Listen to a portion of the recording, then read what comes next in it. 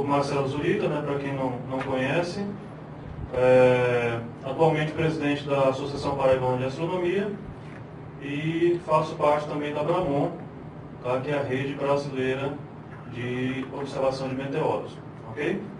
E nós vamos falar aqui, como todo mundo sabe, sobre impactos lunares, né? Então, como que a gente vai trabalhar com monitoramento de impactos lunares. Bom, o curso tem uma parte rápida, teórica, né, para a gente estar bem embasado sobre o que a gente vai falar aqui, e depois eu vou mostrar a parte prática, tá? Trouxe ali um pouquinho desses equipamentos que a gente utiliza nesse monitoramento. Eu só não tenho a lua aqui para mostrar para vocês, mas eu tenho os vídeos dela gravada aqui, ok?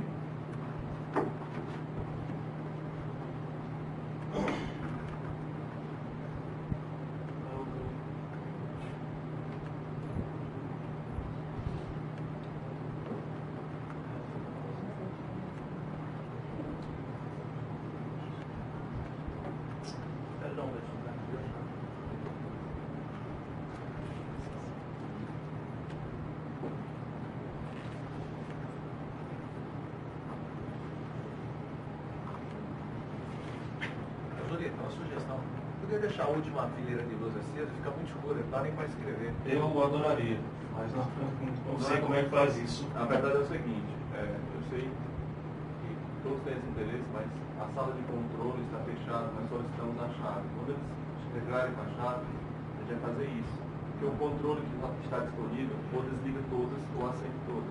Então, infelizmente, a gente tem que esperar até a chave chegar. Bom, impactos lunares, né? Como é que a gente vai, como é que a gente compreende aí o que é isso, né? Bom, a gente sabe que diariamente a Terra é atingida por centenas, por toneladas, né, de material cósmico, né? A estimativa mais aceita é em torno de 100 toneladas. Então, são fragmentos do tamanho de grãos de areia, tá? Alguns do tamanho de uma ervilha e raramente algum objeto maior do que isso. 100 toneladas por ano, por mês? 100 toneladas por dia. A Terra engorda um bocado todos os dias. Tá? Então, uma parte desse material que cairia na Terra, ou que não, enfim, uma fração dessa matéria que cai na Terra, né, que cairia na Terra, que está passando ali pelo espaço, ela cai também na Lua. Tá? Então, uma parte desse material também cai na Lua, só que a Lua não tem atmosfera, né? Tem muita gente que fala que a Lua protege a Terra, mas isso não é uma verdade, né? Ela pode até proteger a Terra de um ou outro impacto, mas na verdade quem protege mesmo a Terra é a atmosfera. A maioria desses objetos que atingem a Terra, pequenos ou grandes e médios, eles queimam totalmente na passagem atmosférica. Tá? E aí a física por trás disso é uma coisa muito linda, né? Mas ele vai sendo consumido basicamente pelo calor gerado na entrada da atmosfera devido às grandes pressões que ele está submetido, né? Graças à enorme velocidade que ele tem, que esses objetos têm ao atingir a Terra. A Lua não tem atmosfera, então toda aquela velocidade que esse objeto tinha, ela vai ser automaticamente, instantaneamente absorvida pela Lua. Tá? Quando atinge a Lua, essa energia ela é dissipada instantaneamente e isso produz flashes de luz que podem ser registrados aqui da Terra.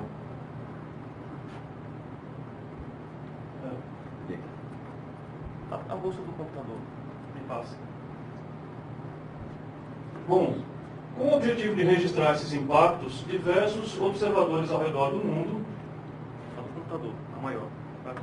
Estava ali Tá aqui. Diversos astrônomos, né, ao redor do mundo passaram a monitorar a Lua nos períodos mais favoráveis para o registro de impactos. Tá? Como é que a gente vai fazer isso? É o que a gente vai aprender hoje, ou pelo menos vai aperfeiçoar esse conhecimento hoje. Né? Mas uma coisa interessante é que existem vários fenômenos que podem gerar um flash percebido na superfície da Lua. Alguns deles a gente consegue identificar como não sendo um flash de impacto, por exemplo, quando passa um satélite em frente à Lua. Tá? Então a gente vai ver Às vezes passa só um flashzinho, mas se movendo, e às vezes uma coisa luminosa, né, se movendo, e às vezes só a sombra. São todos fenômenos que a gente pode observar enquanto observa a Lua, mas que não estão associados a impactos. Tem outras coisas, às vezes tem satélite em órbita da Terra que geram um flash, né? Por alguns instantes ele reflete a luz do Sol diretamente na nossa direção. E isso gera um flash de luz. Se ele estiver passando em frente à Lua, ele pode ser percebido da mesma forma como um impacto. Para a gente determinar que um flash, né, algo que a gente observou ali na Lua, né, seja um impacto, ele tem que ser pontual, ele tem que ocorrer em um único ponto da Lua, ele não pode ser uma coisa passando, né?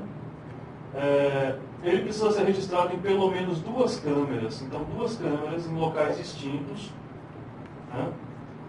Precisam registrar esse mesmo impacto no mesmo local e na mesma hora, tá? E pelo menos uma das câmeras precisa apresentar essa curva de brilho aqui. Está muito forte esse laser? Tá, eu estou emprestando para você. Pronto.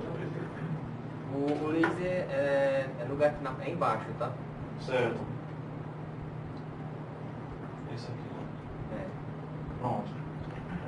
Então, ó, essa curva de brilho aqui significa que os primeiros frames que a gente detectar esse flash vão ser os mais luminosos, tá? E depois ele vai perdendo a luminosidade até voltar a zero, né? A luminosidade padrão para aquele local da Lua, tá? Isso acontece porque quando o objeto impacta com a Lua, ele libera aquela energia instantaneamente. Então ele vai gerar um flash muito, né, uma luminosidade muito alta. E depois, com o resfriamento desse material que é esquentado, né, que é aquecido com o impacto, esse resfriamento não é instantâneo, né, é gradual. Tá? Mas isso dura décimos de segundo, tá? Não é uma coisa duradoura que a gente vai ficar vendo lá por vários minutos. Então é um flash mesmo, mas alguns décimos de segundo a gente consegue ver. Ele vai registrar em 2, 3 frames na maioria dos casos. Então a gente precisa ter essa curva de brilho. Precisa ter pelo menos o primeiro ou os primeiros frames muito luminosos e a partir daí ele decair esse brilho.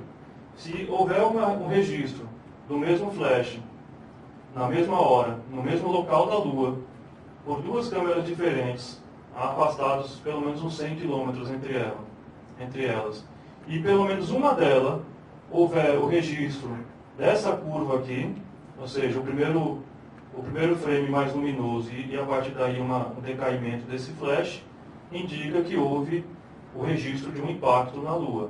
Tá? Mas pode ser uma liberação de gás ou pode ser um outro tipo de fenômeno? Tem muita gente que acha que sim, mas a literatura, tá, nessa área indica que é um impacto lunar.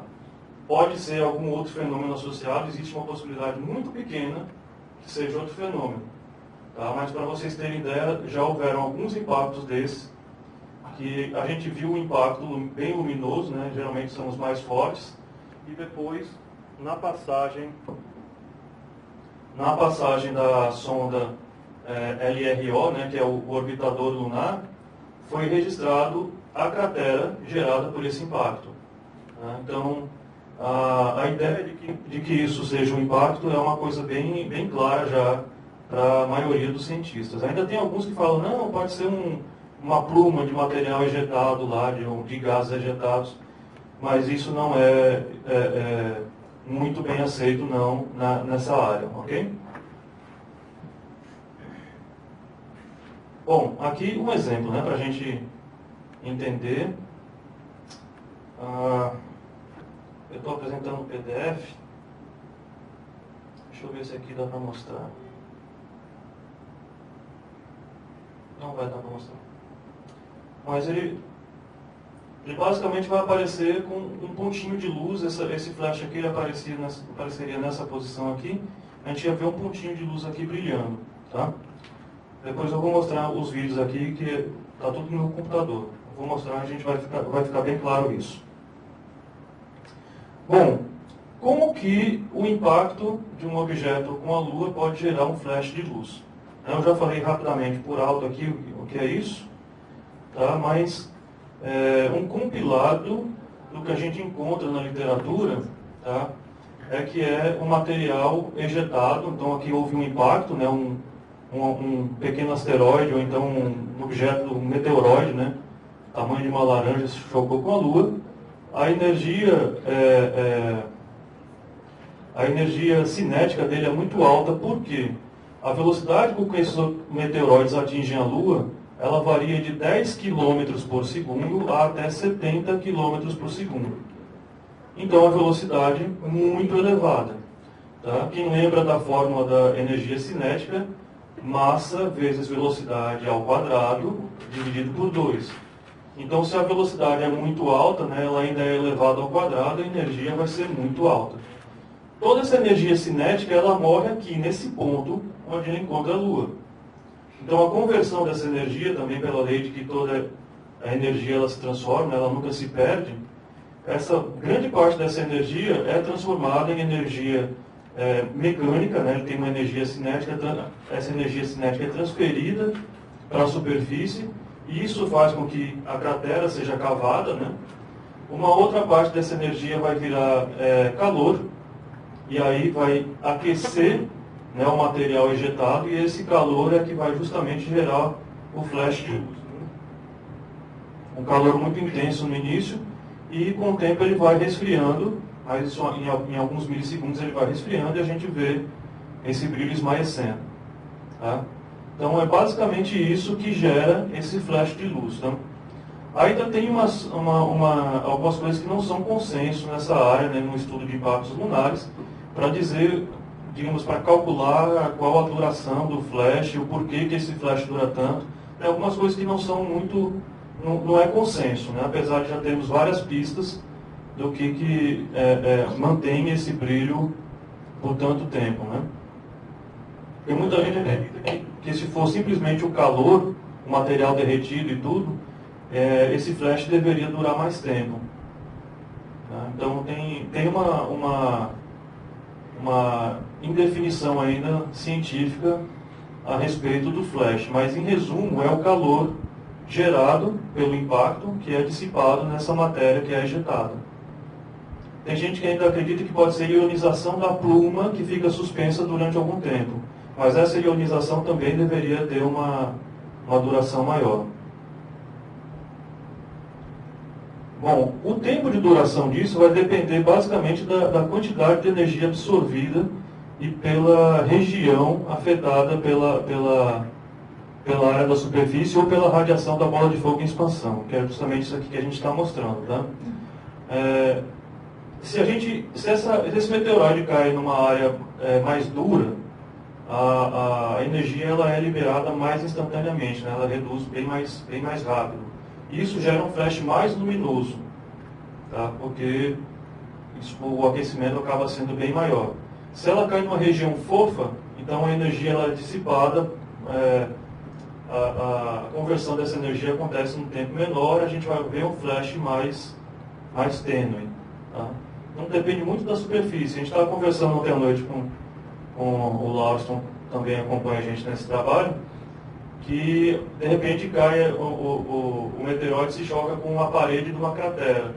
Então a gente sabe que a parede vai bloquear a luminosidade, não vai deixar iluminar a área acima da cratera, né? E vai iluminar muito mais do lado de dentro.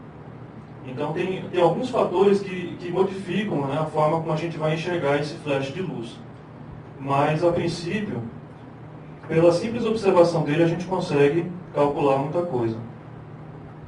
Bom, e o que a gente faz para registrar, né, como é que a gente faz para registrar um flash de impacto a partir da Terra? Bom, o que a gente recomenda é o uso de um conjunto de hardware e software. Você pode, se você quiser, você pode observar ele pelo binóculo, né? Tem histórias interessantes a respeito disso. Por um binóculo, um telescópio, alguma coisa assim. Tá? Mas a gente recomenda um conjunto de hardware e software para gravar a Lua, tá? Para gravar vídeos da Lua durante uma janela de observação, onde é mais favorável à ocorrência de um impacto, e posteriormente a gente analisar as imagens em busca de possíveis impactos. Isso é uma coisa que para a gente foi meio Aí, na hora que a gente estava aprendendo a trabalhar com isso, foi meio chocante, porque a gente imaginava que na hora que ele estivesse monitorando a Lua, se houvesse um impacto, a gente já saberia na hora. Mas não, é um trabalho que exige um pouco de paciência. Até é possível fazer isso, até tem softwares que fazem isso. A gente não tem acesso a esses softwares e mesmo o Midas, que produz esse software que eu estou falando, ele recomenda que faça a busca posterior. É mais segura e não tem chance de repente, um processamento mais elevado lá na máquina atrapalhar a captura. Né? Uma coisa que a gente vai ver que isso aí acaba consumindo bastante recurso da máquina. Bom, um telescópio com motorização para acompanhamento da Lua. Isso é uma coisa desejável. Tá? Não se você não tiver um telescópio com motorização, você não precisa... Não ache que não dá para fazer nada. Tá? Mas é uma coisa muito, mas muito desejável mesmo. Vocês vão ver que dá trabalho acompanhar a Lua durante 1 hora. E algumas vezes a gente faz sessões de 2 horas e meia. Uma câmera acoplada ao telescópio. A gente pode ver aqui, nesse exemplo, tem uma câmerazinha aqui acoplada ao telescópio. E as imagens dessa câmera vão até um computador. E lá eles vão ser gravados em um HD que tem um bom espaço livre. Tá? A gente usa o software de gravação Sharp Capture, mas existe o Fire Capture também, existem outros softwares que podem ser usados que são igualmente bons. E a gente precisa de um software de sincronização de tempo. Tá? A gente recomenda aqui o Dimension 4. Esse software de sincronização de tempo é importantíssimo para o caso da gente registrar o impacto. Né? Por quê? A gente vai ver o horário exato em que ele aconteceu e ele vai procurar com outros observadores se eles também registraram o impacto nesse horário no mesmo local. Tá? Se a gente tiver 2 observadores registrando o mesmo impacto, a gente confirma, registrando o mesmo flash, a gente confirma que esse flash é um flash de impacto.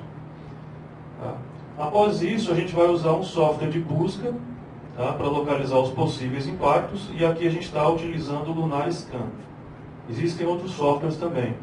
O Lunar Scan é um software gratuito e muito ruim de usar. Está gravando? Depois o Gural vê isso, né? Mas é um software meio duro, assim, ele tem uma interface bastante complicada, tá? Mas é o que a gente dispõe. Os outros softwares que eu testei, eles também não são muito mais simples do que esse. Tá? Então, por já estar mais familiarizado com esse aqui vai ser o que a gente vai mostrar. Bom, telescópios. Agora eu acho que a gente pode ligar a luz e eu vou começar a mostrar aqui o equipamento, né? Bom, telescópios. Quais são os telescópios recomendados para a gente ver isso? Se você entrar lá no site da NASA, eles vão recomendar lá pelo menos um Cassegrainiano lá de 8 polegadas, vão recomendar uma câmera Vatek, que é caríssima. O telescópio também já é caríssimo, uma montagem equatorial com motorização para fazer o acompanhamento. E um HD com 2 teras livres, enfim, vai recomendar um monte de coisa cara que a gente não pode comprar. Essas coisas desanimam, né? A gente olha assim, puxa vida, eu vou ter que comprar esse negócio tudo, mas, na verdade, se a gente for buscar no próprio site da NASA, que tem uma relação de impactos registrados, a gente vai encontrar lá um telescópiozinho de 70 milímetros, aquele refratorzinho de 70 milímetros, o Skywatcher, que registrou o impacto. Os caras filmaram o impacto com aquele telescópio.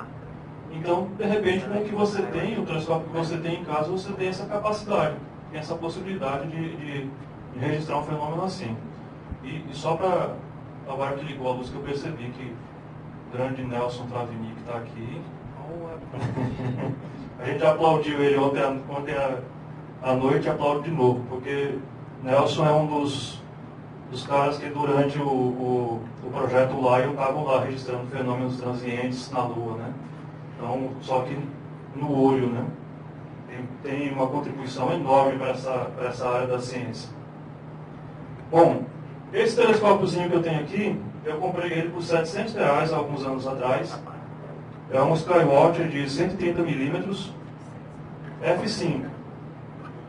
Tá? Na segunda-feira eu estava usando ele para fazer a cobertura do trânsito de Mercúrio. Bastante luminoso, a gente consegue ver bastante coisa da Lua. A gente, quando aponta para a Lua, vê essa imagem que estava aqui, tá? Que foi uma imagem que eu tirei de algumas sessões de monitoramento. A gente consegue ver dependendo da câmera, ou toda a Lua, ou um pedaço da Lua, mas a gente consegue ver a luz cinérea. Tá? A luz cinérea, todo mundo aqui deve saber, que é a luz da Terra, na verdade a luz que vem do Sol, reflete na Terra e vai iluminar o lado escuro da Lua. Tá? Então, quando a Lua está em fase, nos primeiros dias aí da fase crescente, nos últimos dias da minguante, a gente consegue perceber claramente a luz cinérea, porque lá da Lua a Terra está quase cheia, né? Se a gente pudesse observar isso lá. Então a parte escura da Lua fica mais iluminada. Então, uma coisa importante para o telescópio, quanto mais luminoso ele for, melhor. A pessoa que registrou o impacto lunar com aquele Skywatch lá 70 milímetros, foi um impacto grande, né? Porque ele eu acho que é F8 ou F10, uma coisa assim. Então, ele é pouco luminoso, mas a pessoa foi lá e conseguiu registrar o impacto. Agora, quanto mais luminoso for o telescópio, melhor, porque a gente consegue registrar os impactos mais tênues, que vão estar na magnitude em torno de 10. Tá? Esse telescópio aqui eu sei que eu consigo observar estrelas de magnitude 13 nele. Então, os impactos de magnitude 10 vai ser fácil a gente registrar neles. Certo? Eu vou colocar ele aqui na montagem, colocar o microfone aqui.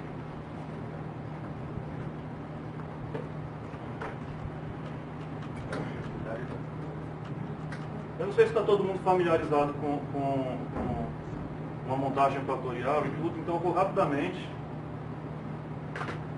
fazer aqui uma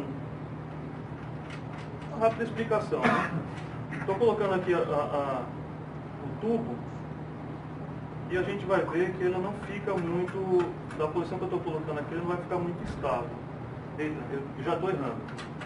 Estou cometendo aquele erro que vai destruir o telescópio, tá? Antes de colocar o tubo, coloque o contrapeso. Na hora que a gente solta isso aqui, aí o telescópio.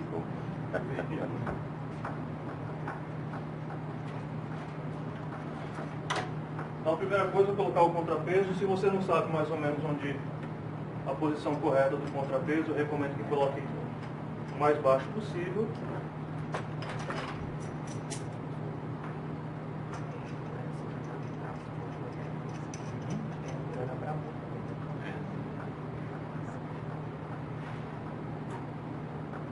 Aí vem o telescópio, que agora eu posso soltar e ele não vai cair.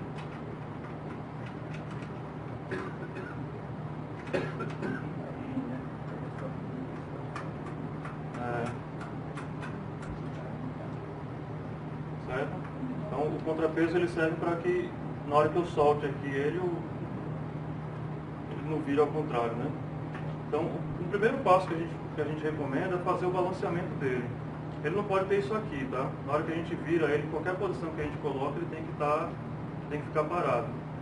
Então, na hora de a gente fazer o balanceamento, eu vou travar aqui o eixo da declinação. Deixa eu mudar para cá. Então, vou travar aqui o eixo da declinação e vou ajustar a posição do contrapeso de forma que ele fique equilibrado. Certo? Eu já sei que o lugar que ele fica equilibrado é aqui. Tá? Então, aqui, ele está puxando um pouquinho para o contrapeso, ainda vou colocar a câmera ali, mas ele já está bem equilibrado. Só para mim não ser perfeccionista. Está puxando para cá aqui.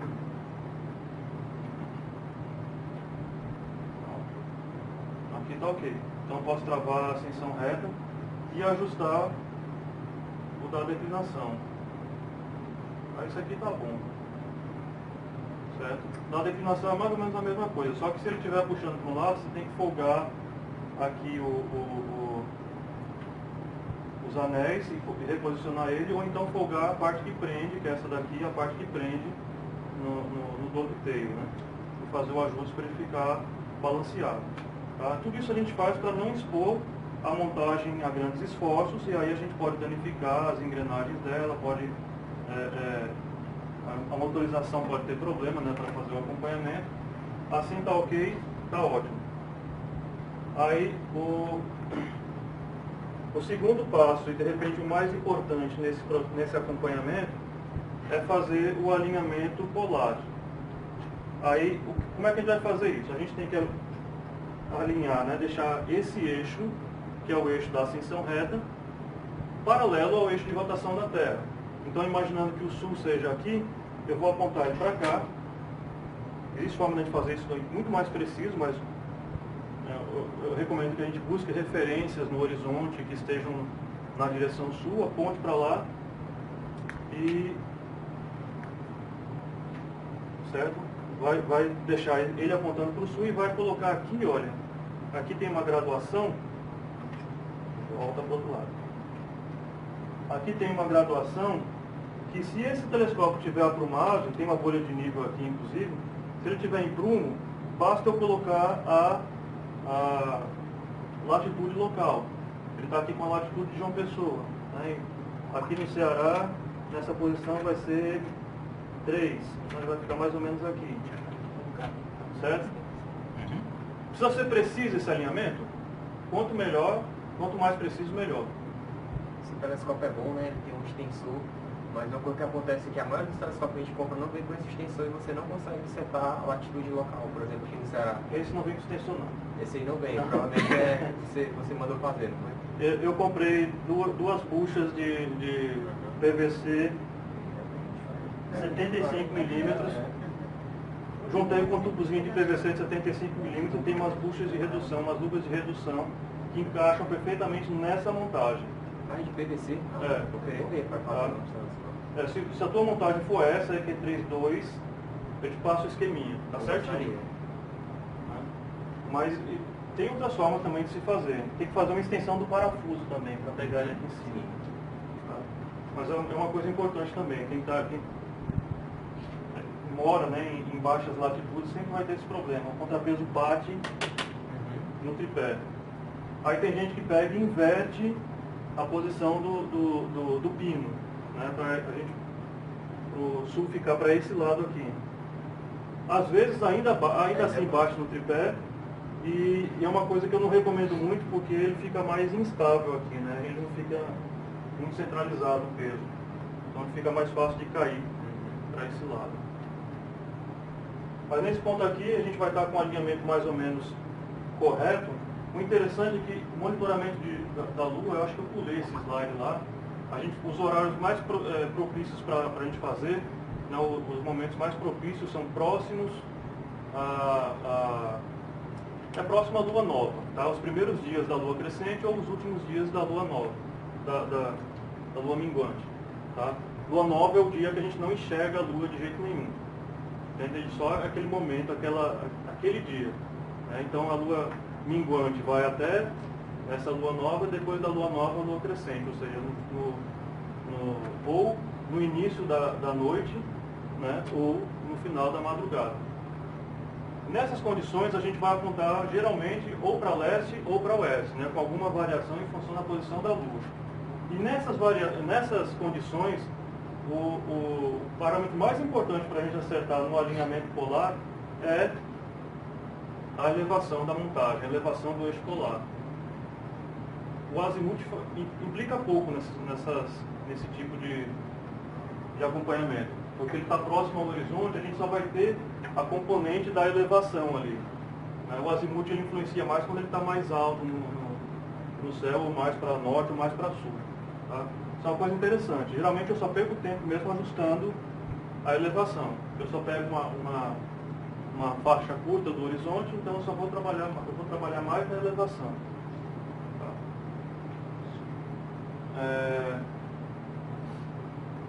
Feito o alinhamento polar, a gente vai montar a parte do equipamento que é interessante que a gente tenha. Mais uma vez, se você não tiver motorização, isso não vai impedir que você possa fazer alguma coisa. Agora, principalmente para detecção, tá? para a gente rodar o software lá que busca pelos impactos, se não tiver acompanhamento fica muito ruim, ele detecta muito falso positivo. E aí eu acho que para quem não tem acompanhamento, filma-se a Lua, tá? Vai fazendo um acompanhamento manual lá, e se algum colega detectou um impacto, você pode ser o vídeo de confirmação. Você vai procurar lá naquele tempo exato para ver se você registrou. Para fazer a busca, né, aí é um pouco mais complicado mesmo. Para vocês terem ideia, no início do ano a gente registrou um impacto durante o eclipse. E foi o impacto mais registrado da história, né, porque ele ocorreu durante um eclipse total da Lua.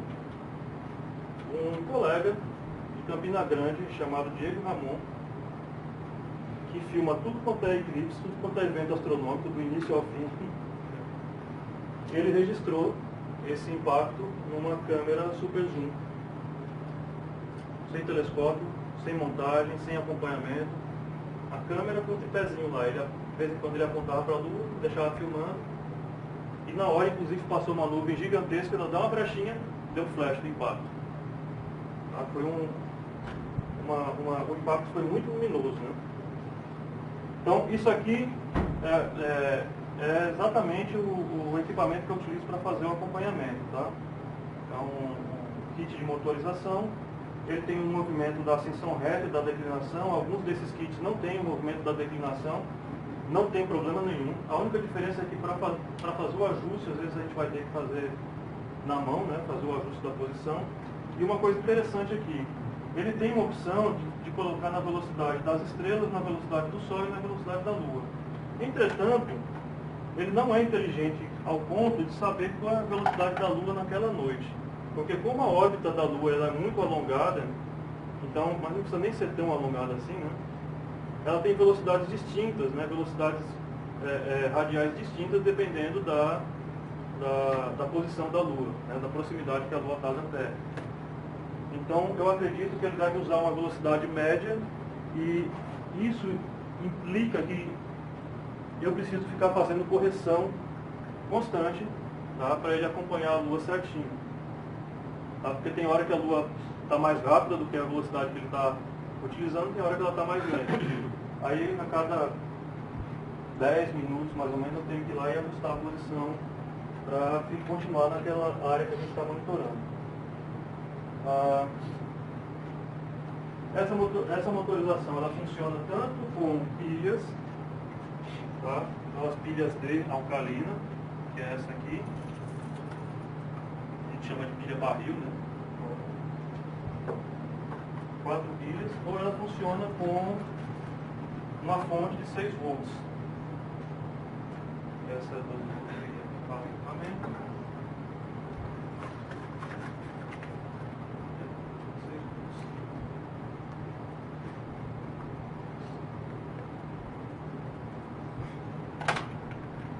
Feito o alinhamento, feito o balanceamento e ligando a motorização, a gente está pronto para apontar para a Lua e fazer a gravação, mas precisa ter a câmera ainda e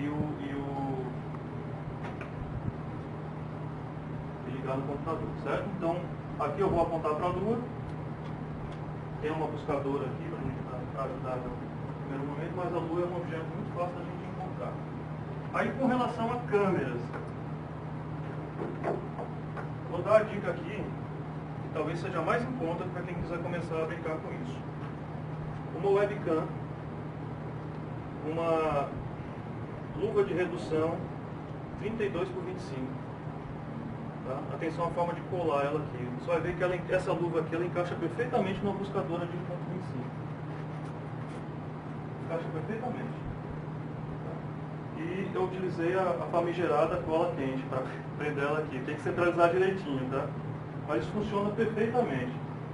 Tá? Um webcam, você tira aquela lentezinha que vem na frente dela, passa a cola e aí você já consegue conectar ela aqui e ligar no computador direto pelo USB e já dá para começar a fazer um monitoramento. A maneira mais barata. Tem webcam que você encontra até em farmácia, né? Agora... Eu recomendo uma webcam que seja boa, que seja luminosa, tá? Resolução não é o mais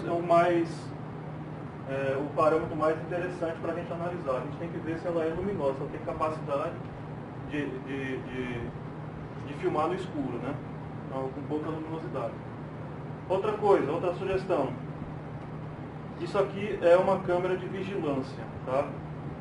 Pode parecer mentira, mas essa câmera aqui eu comprei por R$20. R$20. É uma câmera de vigilância muito boa, tá? Agora ela tem uma saída de sinal analógica, tá?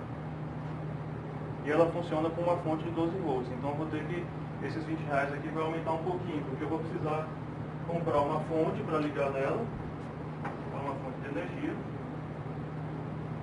e eu vou precisar de uma placa de captura. Essa placa de captura aqui é a pior que tem, mas é a mais barata, tá? Eu comprei ela por R$50, no Mercado Livre você encontra elas por 30, a placa EasyCap. Tá? O sinal captado por ela, o sinal analógico, né, a gente vai pegar o sinal dessa câmera, vai utilizar um cabo, como esse aqui,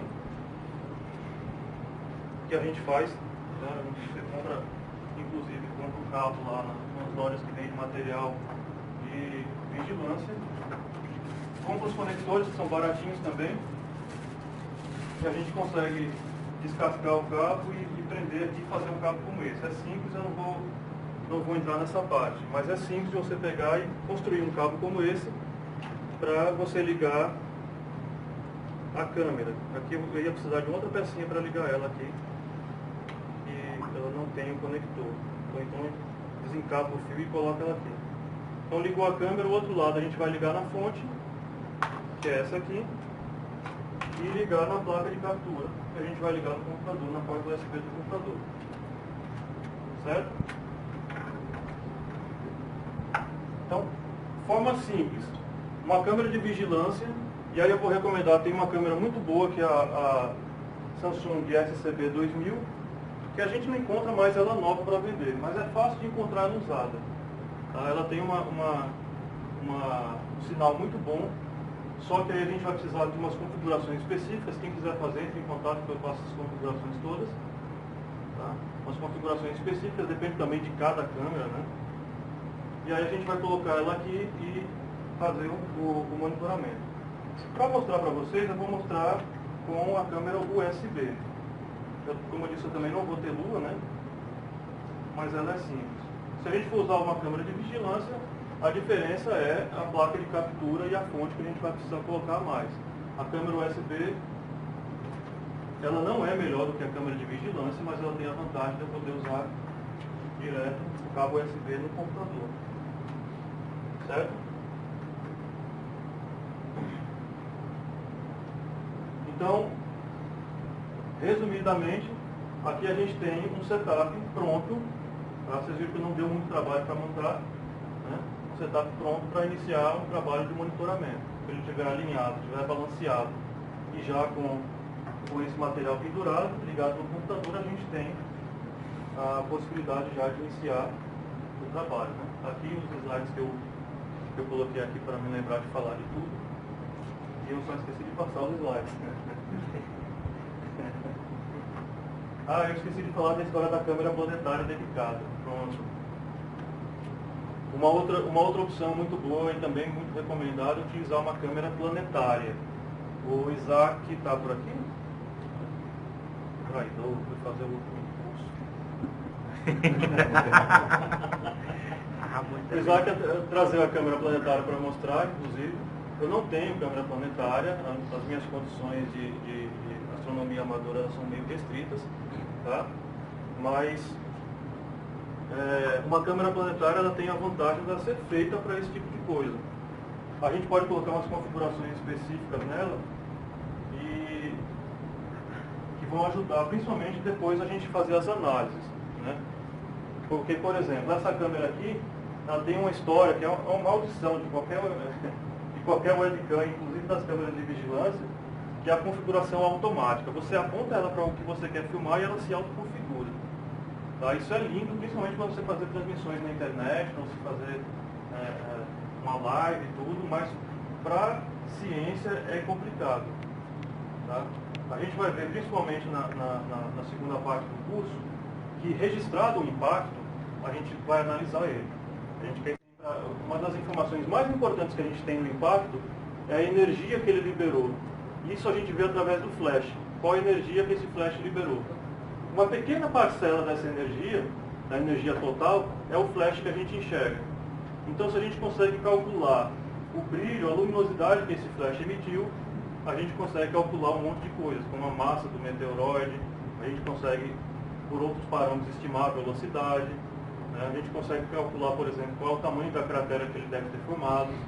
Né? Tudo isso, como envolve muita estimativa, tem uma variação muito grande de possibilidades, mas a gente consegue saber em que termos de grandeza a gente está falando. E nessas câmeras, o fato de ela ter o controle automático, se a Lua tiver, se a luz cinérea, né, da Lua estiver mais brilhante, né, se for uma fase bem próxima da nova, a gente vai ter uma configuração para a câmera. Se a gente apontar para o céu onde só tem estrelas, a câmera vai ajustar a configuração. A gente não vai ter essa mesma configuração que a gente tinha na hora que estava monitorando. E por que isso é ruim? Porque o brilho gerado lá no flash, a gente só consegue medir ele comparando com o brilho de estrelas. Então, se não tiver uma estrela coincidentemente próxima aqui à Lua, que esteja saindo do meu vídeo na mesma hora, e que tenha um flash parecido, uma magnitude parecida com a que foi detectada no flash, a gente não consegue ter uma estimativa boa. E se a gente tivesse uma câmera que a gente pudesse travar as configurações dela e desligar o modo automático, isso permitiria que a gente pegasse aqui, ó, registrei um flash nesse ponto, eu vou comparar com o brilho de estrelas que eu registrei com a mesma configuração, dá para ver qual, eu aponto para um aglomerado estelar lá que tem uma boa quantidade de estrelas, qual dessas estrelas tem um brilho mais próximo ao brilho daquele flash. E a gente consegue determinar a magnitude do flash, e a partir da magnitude a gente consegue calcular a energia, a energia luminosa. A partir da energia luminosa a gente consegue estimar a energia total, e a partir daí vai calculando massa, tamanho e um monte de outras coisas. Né? Então, uma câmera planetária dedicada, ela é indicada principalmente por isso. Tá? Mas além disso, ela ainda tem uma sensibilidade maior, tá, que essas câmeras aqui, e geralmente ela tem uma resolução maior também, que ajuda, mas dá trabalho. E a gente vai ver tudo isso amanhã. O computador. Eu não sei se vocês têm em casa um bom local que vocês tenham visibilidade para o oeste ou para o leste, para vocês sentarem lá no escritóriozinho e ficar monitorando a Lua, tá? Um ventilador do lado, para não ficar muito quente, ou um cobertorzinho para quem mora em lugar frio, que é o ideal. Muitas vezes a gente vai precisar, se a gente não tem isso em casa, a gente vai precisar sair, ir para um local que tenha a visão do horizonte, que tenha uma visão limpa, que não tenha um poste de luz atrapalhando. A gente está monitorando a Lua e de repente passa um poste, né, iluminado na frente, atrapalha tudo. Então, quando a gente precisa sair, a gente precisa geralmente de um notebook para a gente levar lá no local que a gente vai fazer essa gravação. Então, isso aí é uma restrição. Se eu estou no conforto da minha casa ou do escritório ou do observatório, eu posso usar o computador parrudão que eu tenho lá para isso. Né? Isso seria o ideal. Tá? Mas a mobilidade é uma coisa que a gente tem que considerar. A gente vai precisar se mover para fazer esse registro. Se precisar, a gente vai ter que procurar um bom notebook. Se você vai estar no observatório, no lugar fixo, aí você pode usar o computador que você tem disponível. E o que a gente precisa nesse computador? Primeiro, antes de tudo, uma boa capacidade de processamento e memória. Porque a gente vai ver que tanto o software de gravação, mas principalmente o software de análise, ele consome muita memória do computador. Consome muito processamento. Tá? Se a gente não tiver um bom computador, a gente vai deixar ele rodando lá e vai cuidar da vida, né? Vai ver que depois, quando a gente voltar para casa, a gente vai ver se detectou alguma coisa. Tá? Então isso aí é interessante. E algumas vezes, inclusive, se a gente tiver com muita memória ocupada, ou tiver com pouca memória disponível, acaba gerando problema nos vídeos. Né? Um bom espaço em HD. Na configuração padrão, na configuração standard, que é a configuração de vídeos com 720 por 480, cada hora de vídeo vai consumir 150 gigabytes de HD. Tá? Porque a gente não deve gravar vídeo compactado, a gente tem que gravar o vídeo cru. Porque quando a gente compacta o vídeo, ele vai, o processo de compactação acaba deteriorando a qualidade do vídeo. Isso pode esconder um impacto que tem acontecido lá e você teria registrado. Então a gente tem que gravar um vídeo cru. Isso vai ocupar 150 GB por hora de monitoramento. Quantas horas eu vou monitorar a Lua? Na primeira noite da Lua nova, você consegue monitorar uns 45 minutos. Na primeira noite após a Lua nova, desculpa. Uns 45 minutos. Na segunda noite, 1h30. Tá? Pode adicionar aí mais ou menos 45 minutos para cada noite. Então, se você está lá na terceira noite, você já está com mais de 2 horas de gravação. Para poder gravar, você vai ter que ter lá uns 400, 500 gigabytes livres para você gravar isso. E depois que você gravar, analisar, que aí só depois de você fazer a análise você pode descartar os vídeos que você sabe que não tem nada, ou então compactar ou fazer algum processo para poder liberar de novo esse espaço. Tá? Mas é uma coisa que consome. Os colegas que eu conheço, na Europa principalmente, que fazem isso, cada sessão é um HD lá de cada janela de observação, né, próximo, cada lunação é um HD de 2 teras que o cara gasta e depois ele ou compra outro HD para deixar aquilo lá guardado ou armazena em mídias mais baratas, né? Importantíssimo, USB 2 pelo menos, tá? USB, as portas USB, tem alguns computadores mais antigos que vêm com a porta USB 1. Ela não tem capacidade para registrar vídeos crus, tá? Na velocidade que a gente precisa.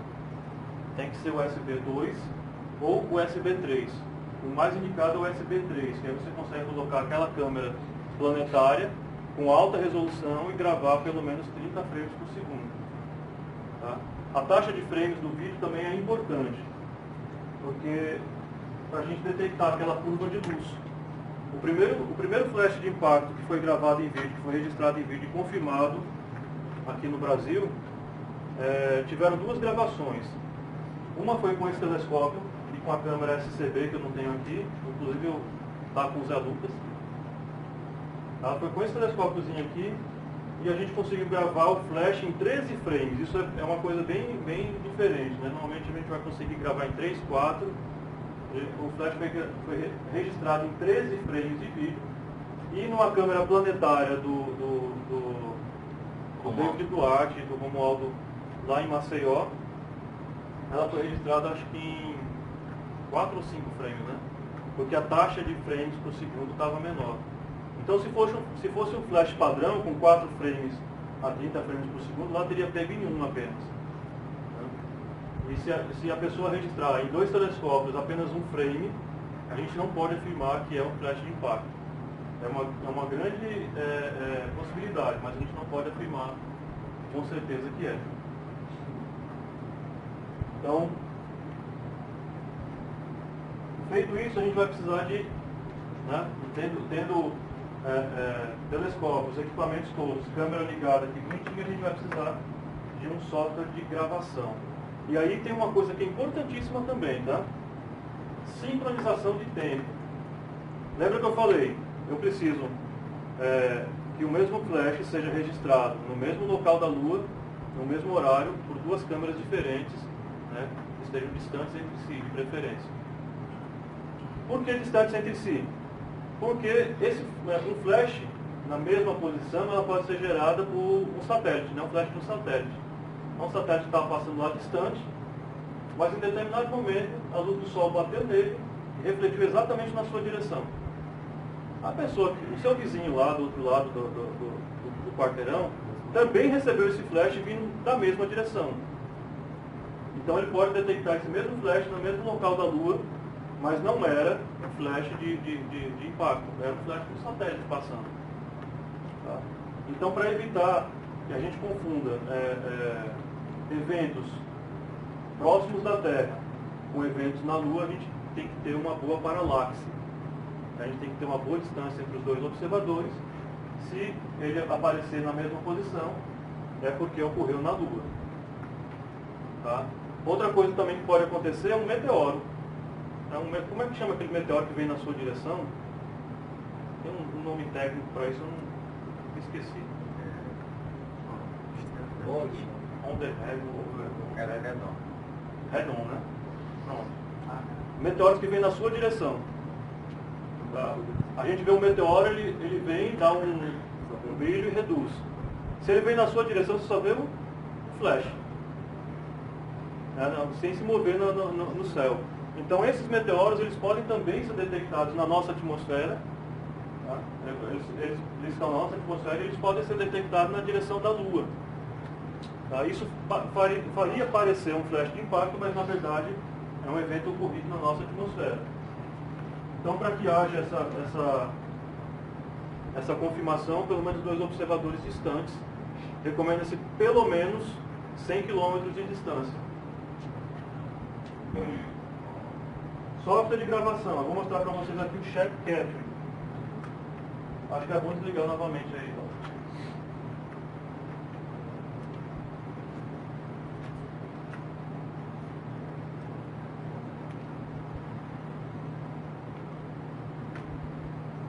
Não sei se fica fácil para vocês fazerem uma foto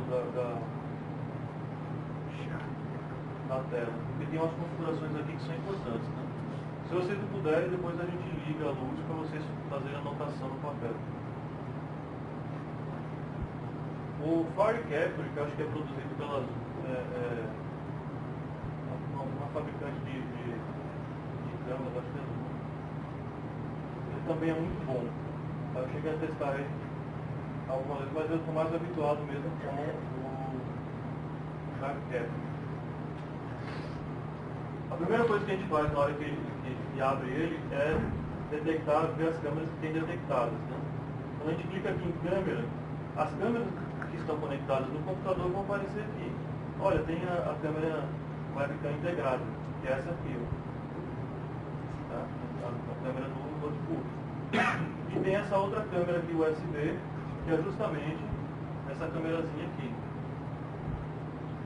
Tem uma coisa importante que eu esqueci de falar também da câmera USB, é que algumas webcams vêm com um LEDzinho, que quando ela é ativa, o LED liga.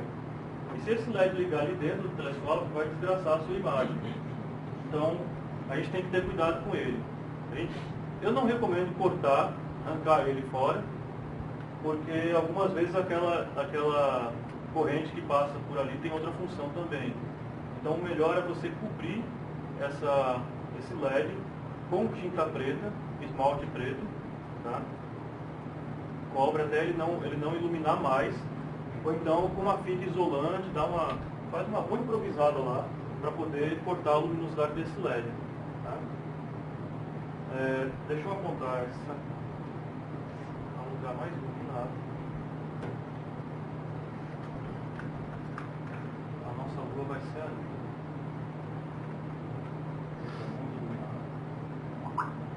Mas ele está aqui, está captando já a imagem da câmera. Vocês podem ver que tem muita sujeira no sensor, porque essa câmera ela veio fora da caixa, solta no carro, na viagem de 1.400 km para chegar até aqui, nos pés de Marcos. Então realmente encheu de poeira nela. Mas ela já estava com uma poeirazinha boa antes também. Tá? Essa poeira atrapalha a detecção? Não muito, mas a gente gosta sempre de uma imagem bem limpinha, né? Eu vou ligar aqui a motorização para a gente ver a imagem mudada. Tá ali, fazendo o motorzinho girando.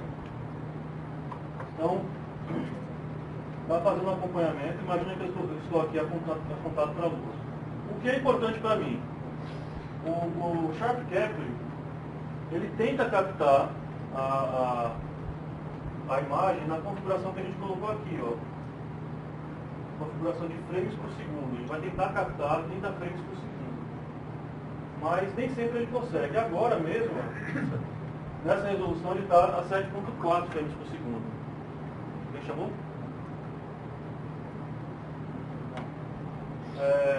Por que ele está assim? Porque a minha USB é um USB 2, não tem capacidade de captar uma imagem Full HD, que essa câmera entrega, tá? 1920 por 1080.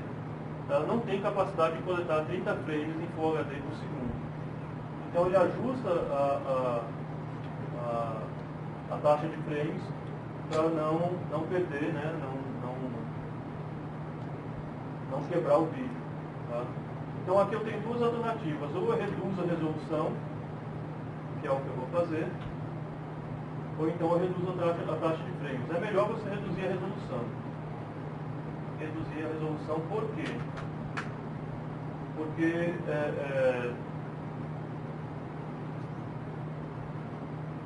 se a gente diminuir muito a taxa de frames por segundo, a gente vai pegar momentos específicos, a gente não vai monitorar todo o tempo. Então 7 frames por segundo, de repente acontece um impacto entre 2 frames e eu não detecto. Tá?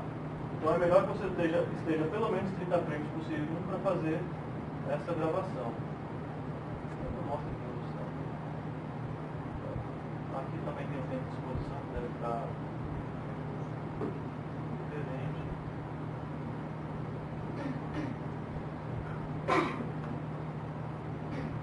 Bom, aqui eu reduzi o tempo de exposição e ele ajustou. Agora ele está 99 frames por segundo. Tá? Na hora que eu vou botar para gravar vai ser menor essa taxa. Tá? Bom, nessa configuração aí eu aponto para a lua e vou gravar. Só que eu preciso, mais uma vez, para me confirmar que é um impacto, eu preciso ter a hora exata. Para mim ter a hora exata, eu preciso mostrar essa hora aqui. Então, para isso, a gente habilita uma opção que tem no Sharp Capture. Tem aqui, ó. Timestamp Frames. Tá? Ele está em off, a gente vai colocar em on. Aí ele vai adicionar essa marcação de tempo aqui. Certo? Essa marcação de tempo, ela está em horário universal, tá? Não tenho pressa, não é 14 horas.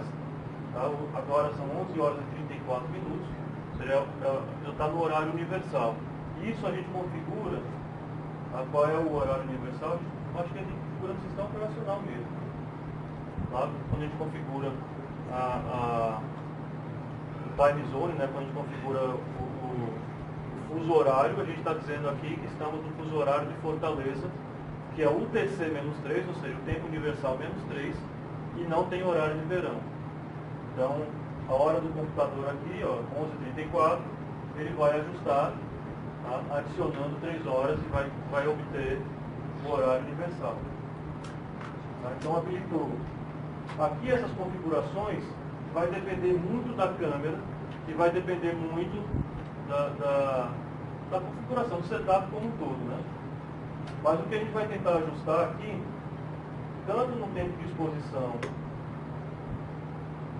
e no tempo de exposição, aqui eu coloquei 0,24 milissegundos. Né? Então tá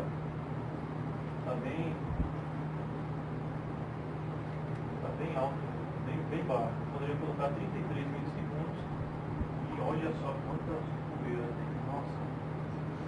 Ele ainda ficaria aqui, ó, em torno de 30 frames por segundo. Tá? 33 milissegundos é um segundo dividido por 30. Tá? Então vai dar mais ou menos isso. Ele ajustou aqui a configuração, ficou em 30 frames por segundo, para mim tá bom. Você vê que ela ficou mais luminosa, porque o frame ganhou mais exposição. Certo? Aqui tem os ajustes de ganho e ajuste de nitidez, esse sharpness, né? Saturação e tudo que esses ajustes aqui são ajustes que dependem da câmera. Mas a gente deve dar uma olhada como é que fica isso apontando para a lua. a ideia é que a gente consiga identificar partes do relevo, tá, presentes lá na luz cinérea, no lado escuro da Lua.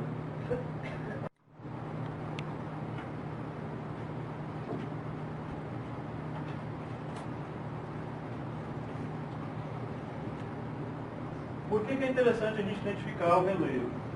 Porque se a gente detectar um flash de impacto, a gente vai ter que saber que localização da Lua ele ocorreu.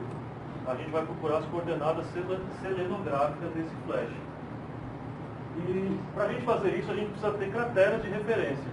A gente precisa ter ideia de onde ele ocorreu lá na Lua, para tentar medir a localização dele. Então, vou pegar aqui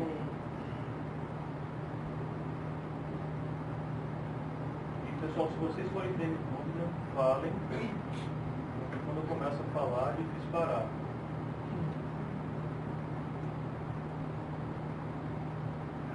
Ó, esse videozinho aqui, ele já está compactado.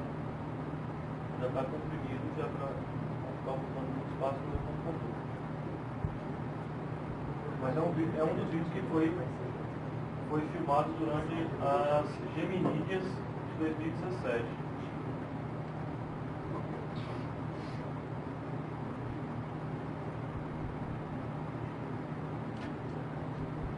Vai aparecer. Marcelo, Aqui. Oi. mas pode ajudar algumas pessoas com direção solar ou não. É necessário gravar, é necessário que a câmera seja colorida? Ótima pergunta. Não. É para jogar para... A câmera tem essa dúvida, às vezes eu falo, na verdade é uma dúvida bem comum. É mais Claro. interessante que ela seja preto e branco, porque ela na configuração do preto e branco ela fica mais sensível. Tá? O ideal é que ela seja monocromática, a câmera seja monocromática, que aí ela tem uma sensibilidade bem maior. E é inclusive o motivo daquela câmerazinha que eu mostrei para vocês aqui ser uma câmera muito boa. Tá? Ela é monocromática. Esse vídeo aí está mostrando o lado escuro da Lua. Tá? Nos últimos dias da fase nova. Tá? Vocês percebem que a gente consegue ver aqui, ó, feições ó, dos mares lunares. Tá? Então aqui a gente consegue perceber aonde estão os mares. Esse está longe de ser o melhor vídeo que a gente tem. Tá? Isso aqui é o que a gente chama de hot pixel. Tá? Ele está aí, ele sempre vai estar aí. Infelizmente é um problema da câmera. Tá? A gente consegue perceber, tem algumas raias aqui que a gente vê. Isso aqui ó, já é claridade do lado iluminado. Está distante aqui da parte iluminada, mas a gente já vê um pouco do reflexo dessa claridade no telescópio. Né? Uma cratera aqui, ó. Aqui uma craterazinha que pode ser usada como referência. Né? Esses pontinhos brancos são todos crateras, né? Menos aquele que eu falei que é hot pixel. Deixa eu ver uma outra imagem. Uma outra coisa também, não sei se eu falei isso na parte anterior. A gente vai apontar sempre para o lado escuro da Lua. Tá? Por quê? Se a gente enquadra na área que a gente está visualizando, na área que a câmera está gravando, o lado claro vai acontecer isso aqui, ó, vai saturar a parte escura, a gente não vai ver nada. Né? Então, deixa eu ajustar aqui, ó, ajustando a posição, tá vendo? A Lua começou a ficar muito baixa, aí eu vou lá no controle e ajusto a posição para pegar o lado escuro. Só que aí pegou muito, olha a claridade que pega aqui. Né? Tá diferente aqui, no computador não sei se vocês conseguem ver que não está tão estourado, né? Mas você vê que essa luminosidade aqui já deve ofuscar o flash mais tênue que ocorre por aqui. Tá? Então, a gente vai pegar sempre o lado escuro da Lua. Se a gente se o campo de visão da gente é menor, aí tem umas posições estratégicas que a gente define em função das chuvas de meteoros que estejam ocorrendo na hora. Mas se estiver ocorrendo chuva de meteoros, né? Então, por exemplo, tem uma chuva de meteoros que o ponto de incidência dela vai ser mais ou menos nessa direção. Então, essa área aqui acaba sendo mais tendo uma chance maior de registrar um impacto. Né? Nesse caso aqui da geminites, todo lado escuro era propício a receber impactos. Tinha chance de receber impacto. Então a gente estava apontando para esse lado aqui próximo da borda, né, da Lua, tá?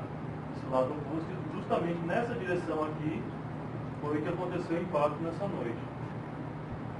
Então, imagine que a gente está lá monitorando essa área, eu ajustei as configurações da câmera para mim conseguir ver essas feições, né, do relevo da Lua no lado escuro dela, tá? No lado da luz cinérea. Eu gosto de falar luz cinérea porque parece nome de gente, né? Nome de... Então, ajustei as configurações aqui. Eu não sei se eu tiro um print dessa tela para mandar para vocês, mas eu adianto que principalmente essa parte aqui, ó, no meio de controls, ela vai depender da câmera.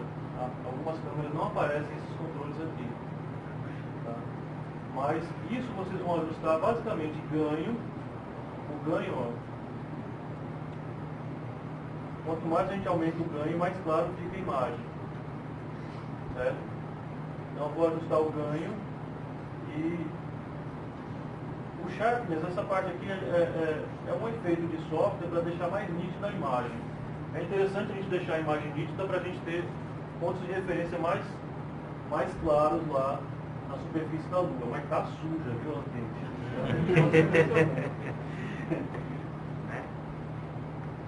Saturação, como a gente está trabalhando com imagem em preto e branco, não precisa, tá? Essa câmera aqui é colorida, se quiser você pode deixar uma imagem colorida, não vai atrapalhar nem na detecção, nem na análise, que a análise ele vai fazer convertendo para preto e branco. Tá? Você pode deixar para ver alguma cor aí, caso seja interessante para você. Tá? Mas não é necessário, se você quiser você pode zerar a saturação que vai ter o mesmo efeito. E contraste e brilho é um ajuste que depende de cada um. Também não interfere nem na análise, nem na detecção dos impactos. Tá? Essa configuração que a gente faz aqui, a gente pode salvar, ó, no Sharp Capture nesse botãozinho aqui. Tá? Então eu vou salvar aqui, ó, impactos. Tá? Numa próxima vez, vou fechar o Sharp Capture. Na próxima vez que eu abrir o Sharp Capture, e que tiver esta mesma câmera conectada, ele já vai carregar essa configuração. Para carregar essa, eu acho que a gente tem que salvar como padrão, né? Eu vou mandar detectar aqui a câmera, e aí para mim carregar a configuração eu vou clicar aqui. Ó. Foi o que eu acabei de salvar. Você vê que eu tenho outras configurações salvas aqui. Tá? Você pode gravar essa configuração para a sua câmera uma só vez e usar ela para todas as vezes que você for monitorar a Lua. Tá? Dependendo das condições do clima e da própria luminosidade da Lua, você pode ajustar uma ou outra coisa, mas a base da configuração vai ser sempre a mesma. Tá? Então selecionei impacto aqui, ó, load, já vai aparecer aqui o meu timestamp, né? Já vai ajustar a configuração, a exposição, a taxa de frame já está ali próximo dos 30 frames por segundo. Isso é o suficiente para a gente poder gravar. Para gravar, ó, rapidamente, Start Capture, e aí a gente vai falar de uma outra coisa interessante. Você pode gravar um vídeo indefinido, começa a gravar e na hora que quiser você termina, você vai ter um único vídeo gigantesco lá no seu HD. Tá? 230 GB lá de arquivo. Isso é uma forma que eu não recomendo, principalmente pelo risco que você corre de dar algum problema e você perder a noite inteira de monitoramento. Você pode gravar um único vídeo e aqui você coloca um tempo limite. Tá? Então aqui eu coloquei 20 minutos, então eu gravo 20 minutos, depois de 20 minutos paro, eu tenho que ir lá e iniciar novamente. Se você não quiser ter esse trabalho de ficar iniciando, você pode configurar uma sequência de capturas. Tá? Então hoje, por exemplo, é a primeira noite da lua crescente. Eu sei que eu vou gravar 45 minutos, eu vou mandar gravar aqui 3 vídeos, tá, de 20 minutos, sem intervalo entre eles. Tá? Então ele vai gravar um vídeo de 20 minutos, terminou, ele inicia outro. Ele vai gravar 3 vídeos de 20 minutos. Então com isso eu vou cobrir toda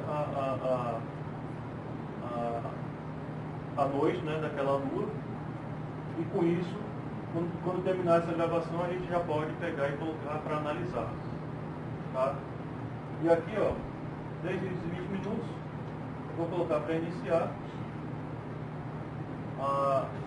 Existe apenas um bug no Sharp Capture, que é quando a gente inicia uma sequência e quer parar. E ele não para. Ele vai gravar 3 vídeos, né? Se eu mandar parar a captura, ele vai iniciar o segundo vídeo. Eita, não parou. Aí eu paro novamente, ó. Ele vai iniciar o terceiro. Né? Então, se houver algum erro aqui, é melhor você clicar os stops que precisar aqui para poder parar. Ou então fechar e abrir novamente o Sharp Capture. Tem esse bug aí. E a gente tem que ter cuidado com isso, porque se a gente está gravando mesmo a lua de veras e quer parar, é melhor você clicar no stop pelo menos uma vez e depois fechar. Às vezes quando você fecha abruptamente o Sharp Capture, ele perde o vídeo que você estava gravando. Tá? Então, só tomar um cuidadozinho com isso. Mas gravou a sequência de vídeos, a gente vai ter lá na pasta aqui, a gente configura aqui, ó. Sharp Capture Settings. Aqui, ó, as minhas capturas eu estou gravando aqui, ó, de Bramon Lunar. Então, todas as capturas ele vai criar uma pasta lá, vai organizar por data e vai criar uma pasta lá onde ele vai gravar tudo isso. Tá? A gente vai ver como é que está isso lá. Olha só que legal, eu estava procurando essa configuração um dia desse. Não, essa aqui é para o nome dos arquivos. Ele vai usar tempo universal, tá? No nome dos arquivos e no nome das pastas. E aqui outra coisa que está marcado,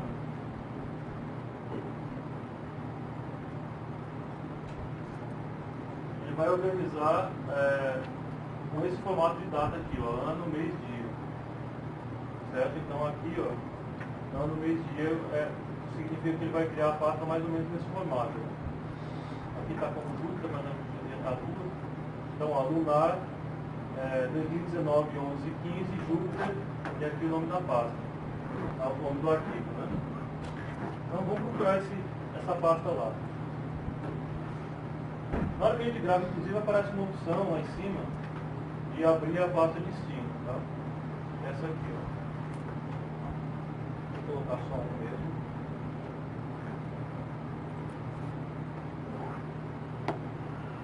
Agora terminou de gravar, ó, ele gravou aqui, eu posso pegar, clicar aqui e ele vai abrir a pasta de destino. Tá? Então tá aqui, ó, Bramon Lunar, aqui o dia, tá, da gravação, e aqui a pasta que é todos os vídeos que eu gravei aqui hoje. Tá? Aqui são vídeos pequenininhos porque eu gravei vídeos de alguns segundos.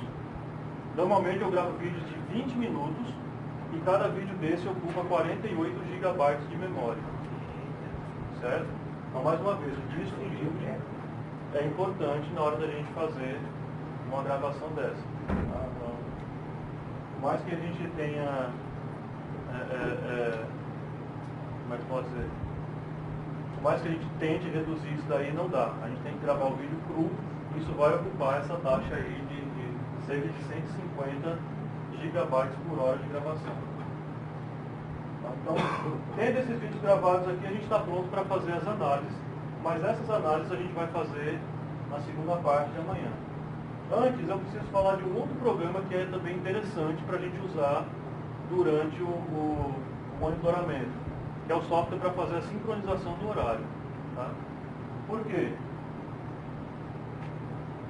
O interessante mesmo, o desejado, que a gente amaria que acontecesse, é que os milissegundos aqui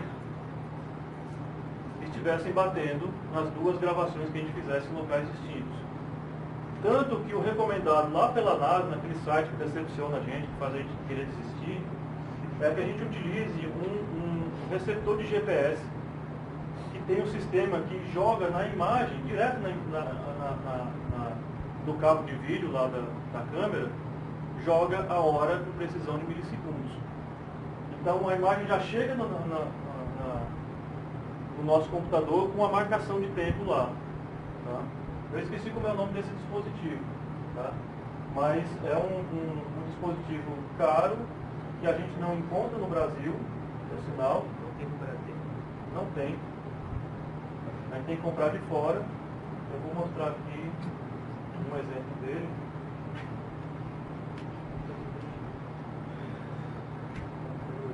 Esse aqui, ó, é um dos projetos de monitoramento de vasos genários que tem lá na Espanha, o projeto Midas. É um dos pessoal mais entendido que tem. Então, olha só essa imagem aqui, ó, na parte inferior da imagem a gente tem aquele rótulo, né, aquela marcação de tempo. Tempo agora que eu esqueci o botão. Então a gente tem aqui a marcação de tempo. Essa marcação de tempo ela é introduzida por hardware no sinal de vídeo. Então a imagem nem chegou no computador ainda, ela já está com essa marcação de tempo. Essa precisão aqui é de milissegundos. Pode confiar nesses milissegundos aí. Se houverem duas detecções com dois equipamentos desses, eles vão bater nesses milissegundos aqui. Tá? Isso a gente não tem. E é difícil da gente conseguir aqui também, apesar de ter no observatório lá de Campos dos Goytacazes utilizar um desses, mas controle de fora. Tá? Então, é um dispositivo caro e difícil da gente encontrar. Esse do computador, né, o timestamp lá do Check Capture, ele serve sim. Tá? A gente não vai conseguir bater os milissegundos, mas vai ficar muito próximo mesmo, se a gente estiver usando um software de sincronização de tempo, que é esse cara aqui. Ó.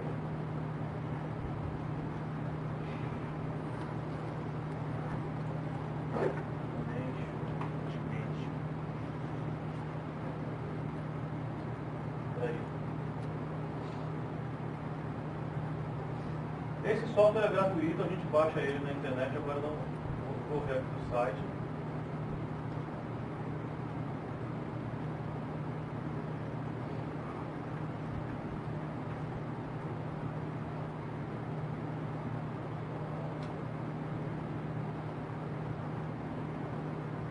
Eu desinstalei ele do computador.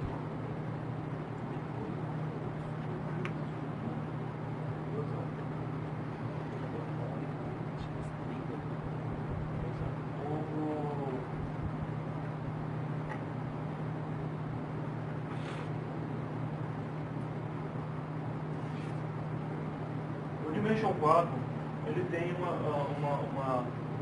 é um software que a gente baixa gratuitamente e nele a gente configura uma série de servidores de tempo que ele consulta dentro de um intervalo de tempo que a gente determina. Existem outros softwares, inclusive o próprio Windows hoje em dia já faz com sincronização de tempo. A diferença é a frequência. O Windows ele não tem essa preocupação com o tempo dele ser preciso na casa dos milissegundos. Tá? Então, o Dimension 4 a gente consegue configurar de quanto em quanto tempo a gente vai consultar o servidor de hora. E por isso ele é o software mais usado para sincronização de tempo em aplicações astronômicas. Né? Eu só que eu desinstalei ele desse computador, porque não é o que eu estou usando para monitoramento, e eu não me lembrava disso. Mas eu instalo ele rapidinho.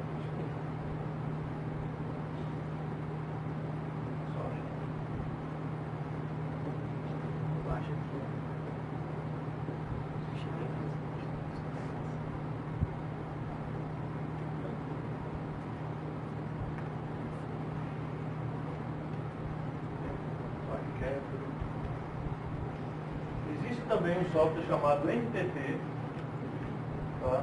Que ele faz esse mesmo trabalho, mas ele tem o mesmo problema da sincronização do Windows. Ele não tem a preocupação de estar fazendo isso o tempo todo. No Dimension 4, se você quiser, você configura ele para consultar um servidor de horas a cada 20 segundos. É um exagero. Eu acho que se ele consultar a cada 15 minutos, já está de muito bom tamanho. O computador não perde a hora tão facilmente assim.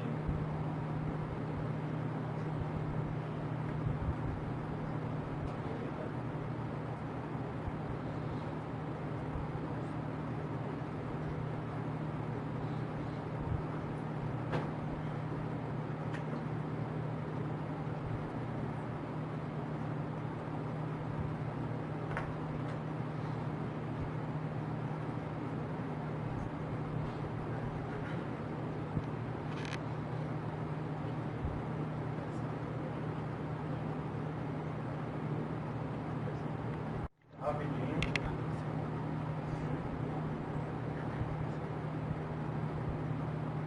O ideal é baixar do site, tá? Eu tinha uma instalação aqui anterior, mas o ideal é baixar do site, porque a gente vai baixar não só o software atualizado, mas a lista de servidores atualizada. E ele não vai funcionar aqui porque a gente está sem internet no computador, ainda tem mais essa. Mas eu vou configurar para mostrar eles amanhã, antes da gente iniciar a segunda parte do curso. Aí eu configuro a conexão pelo celular e a gente mostra ele funcionando. Tá? Mas, enquanto isso, para a gente finalizar a parte de hoje, eu vou mostrar para vocês aqui uma...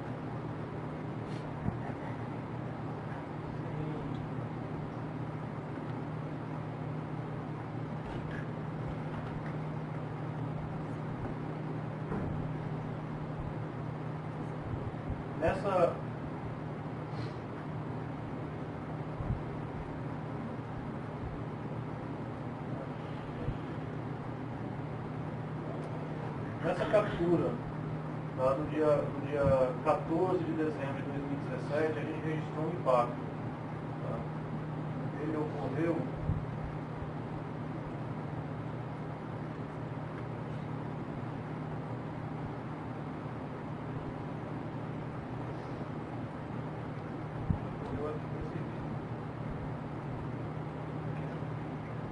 é uma coisa interessante, tá? Vou contar a experiência desse impacto, para vocês terem ideia mais ou menos das coisas, das dificuldades que tem envolvidas nisso. Esse daqui seria nosso primeiro trabalho de monitoramento de impacto lunar. A gente fez uma preparação com uma semana de antecedência, o que é uma preparação muito curta, e tentou mobilizar os astrônomos amadores aí do Brasil, né, para fazer esse monitoramento com a gente, tendo em vista que o impacto só poderia ser confirmado se fosse registrado em pelo menos 2 câmeras. Né? Naquela noite foi tempo fechado na maioria do Brasil, inclusive no Nordeste, onde estávamos eu e o Romualdo e o David lá em Maceió. Eu lá na Paraíba, o Romualdo, o David e o David lá em Alagoas. Mas a gente persistiu, né? Apesar de terem nuvens, de ter chovido no meio da noite, a gente montou o equipamento lá na hora que a lua ia nascer e começou a fazer o acompanhamento, o monitoramento. Seria a nossa primeira noite de monitoramento da lua. A gente sabia que tinha uma chance grande porque a Geminides estava bem próximo da máxima, a lua estava quase nada iluminada, né? Estava nas últimas noites da lua nova. E a parte escura da Lua, ela estava voltada exatamente na direção do radiante, da Geminides. Então a chance da gente detectar o impacto era grande. Aí a gente montou a campanha e começou a gravar. Certo? Aqui está o vídeo da gravação. Por conta das dificuldades que a gente teve durante a noite, o alinhamento ficou uma porcaria. Né? Então, eu estava o tempo todo precisando fazer ajustes no posicionamento da câmera. E aí, nessas horas, ó, quando estava fazendo um ajuste, aconteceu um flash. Cadê a posição dele? Acho que é aqui. Vocês vão ver o seguinte, eu ajustava a câmera, fazia umas fotos lá com outra câmera, estava no meio de uma sessão de astrofotografia, e voltava para lá, ajustava novamente a posição do telescópio. Presta atenção nessa imagem. Ó, fui lá ajustar a posição. Vocês viram alguma coisa aí?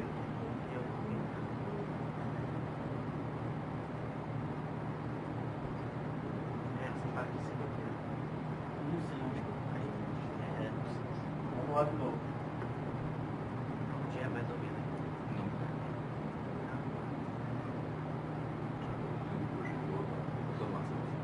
Talvez o projetor esteja... Bota o cursor em cima, Zurita, pra mostrar onde é.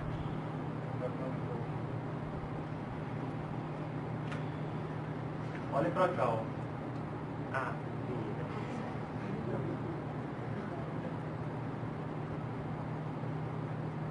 Deu pra ver. Agora eu vi. Na hora que eu estava movimentando, ajustando aqui, né, o telescópio, apontando nessa região e olhando para a imagem, né, para ver se estava certo, eu vi esse flash. E eu não sei se o mestre Nelson Travnik já viu um desse ao vivo no telescópio. Já, professor? Já viu o impacto olhando no telescópio? Não. É um negócio de bicho. Aqui está o trânsito de Mercúrio. Que aconteceu agora, né? É. O curioso dessa história, não sei se vocês viram que pouco depois do flash, o vídeo acabou. Não é porque acabou os 20 minutos, não é porque acabou o espaço em disco. Foi quase. Na hora que eu estava ali, caramba, eu vi um flash. Um impacto. Apareceu uma mensagenzinha assim, seu espaço em disco acabou. Sorte, viu? Eita, cara. Você imagina o medo que eu tive assim, nos primeiros instantes, procurando, porque eu não sabia onde é que estava esse vídeo. Me deu um ataque ali do coração, eu não sabia onde estava o vídeo. Eu vi o flash ali na hora. Eu vi o flash e como a gente estava se preparando há algum tempo para isso, mesmo sendo a primeira noite de monitoramento, eu vi aquilo e sabia que era o impacto. Né? Mas quando eu vi a mensagenzinha vermelha, teu espaço em disco acabou, eu fiquei desesperado. Eu parei na mesma hora, fui lá procurar onde é que estava gravando esse vídeo. Né? Não me lembrava de onde estavam as configurações disso. Aí eu encontrei a configuração, fui lá na pasta e procurei o vídeo, estava lá o vídeo. E eu fiquei na dúvida se ele teria gravado em disco os últimos frames, que é onde estava justamente o impacto. Felizmente gravou. Tá? E depois, em comunicação com o pessoal que estava participando da campanha, isso foi 7h04, não, 7h13 em horário universal, significa que era 4h13 da manhã. Por volta das 10 horas, depois de ter avisado, já ter reportado o flash para os colegas que estavam participando da campanha, é que a gente foi ter a confirmação que ele foi gravado também em Maceió, lá pelos colegas Romualdo e David. Aquela história, eu passei a hora exata, hora, minuto, segundo, o pessoal foi lá e consultou nessa hora, nesse minuto, nesse segundo, naquela região, e estava lá o flash. Só que aí, no final do dia, o David ainda ligou para mim e falou, Marcelo, eu detectei outro flash, também próximo, esse foi aqui, ele tinha detectado outro aqui, mais ou menos. 5 minutos depois do primeiro flash. Você detectou? Não. Eu estava desesperado procurando o vídeo que tinha acabado o espaço em disco. Tá? Então, aquele lá vai ficar com um eterno candidato. Porque só nós dois, né, só a equipe da Paraíba e a equipe de Alagoas estavam monitorando aquela lua naquele momento no mundo inteiro. Tá? No mundo inteiro. Só nós estávamos monitorando naquele momento.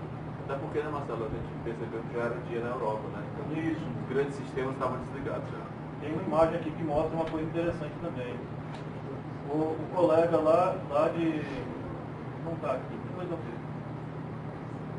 O colega lá de Londres, na verdade eu acho que ele é italiano, Anthony Cook. Ele estava em Londres monitorando a Lua até os 40 minutos antes desse impacto.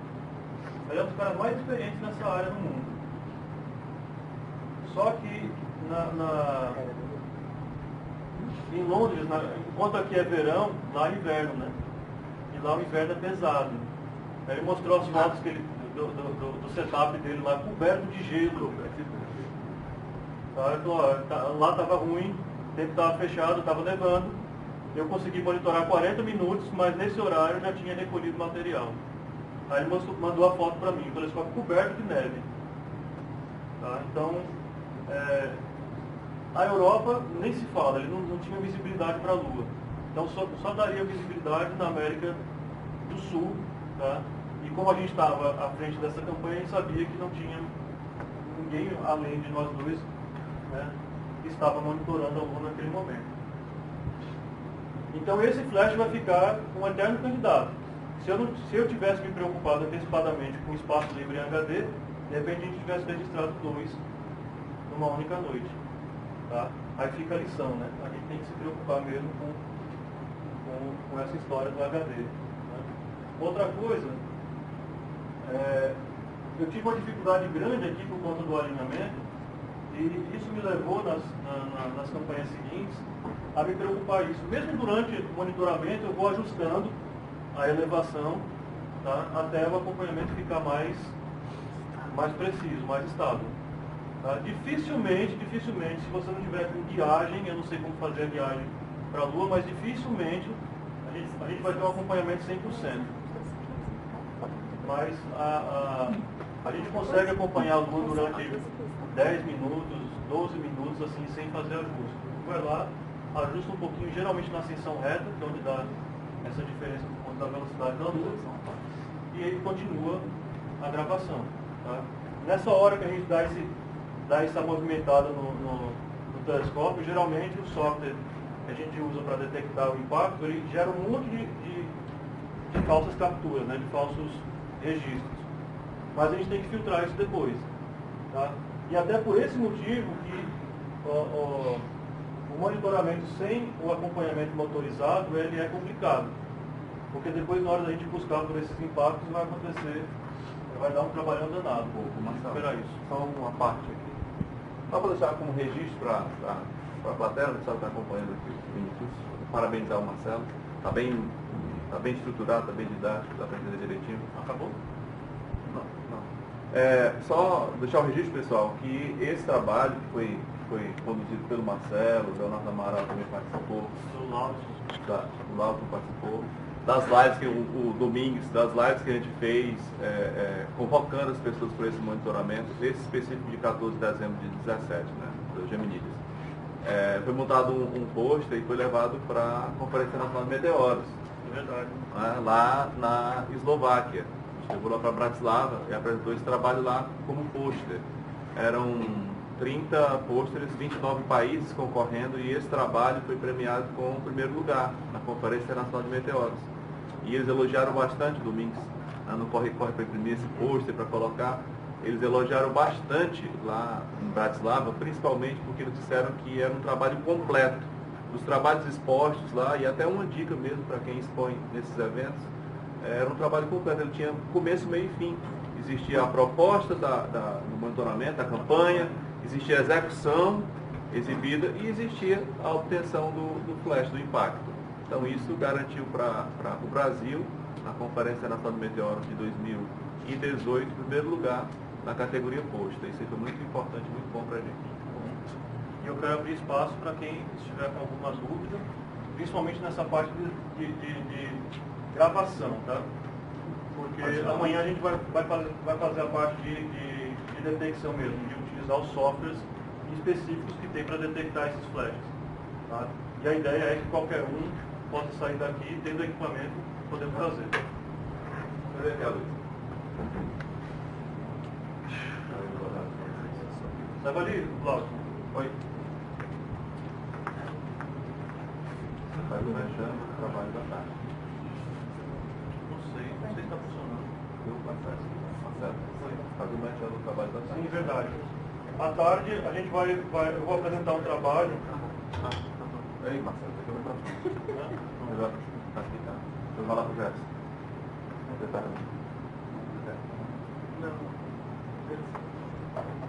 À tarde, acho que na sala C3, não é isso? Eu vou apresentar um trabalho, é coisa rápida, é uma apresentação de 20 minutos, mas a gente vai estar falando do segundo impacto lunar que a gente registrou no Brasil, que foi registrado durante o eclipse de 21 de janeiro desse ano, e que foi o impacto lunar mais registrado da história. E o primeiro da história registrado durante o eclipse total. Tá? Então vou estar apresentando esse trabalho lá, vai ser uma visão nossa, tá? Uma visão da Abramon, uma visão do Marcelo Zurita e do Lauston sobre esse impacto, mas a gente vai ter uma comparação com os outros registros que foram feitos no mundo. Tá? Mas aí eu convido vocês também a participar dessa a parte prática mesmo da coisa. A gente vai mostrar como que a gente fez, como que foi detectado, e a gente vê que muitas vezes o improviso acaba dando resultado. Né?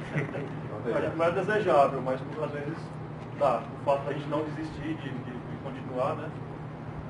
Gerson. Bom, boa tarde, né? Boa tarde. Eu sou o Gerson. A minha pergunta é sobre o armazenamento, né? Você falou que tem problema de HD. Existem algumas estruturas que fazem o armazenamento em nuvem. Assim, qual é a limitação que você encontrou que inviabiliza salvar diretamente na nuvem?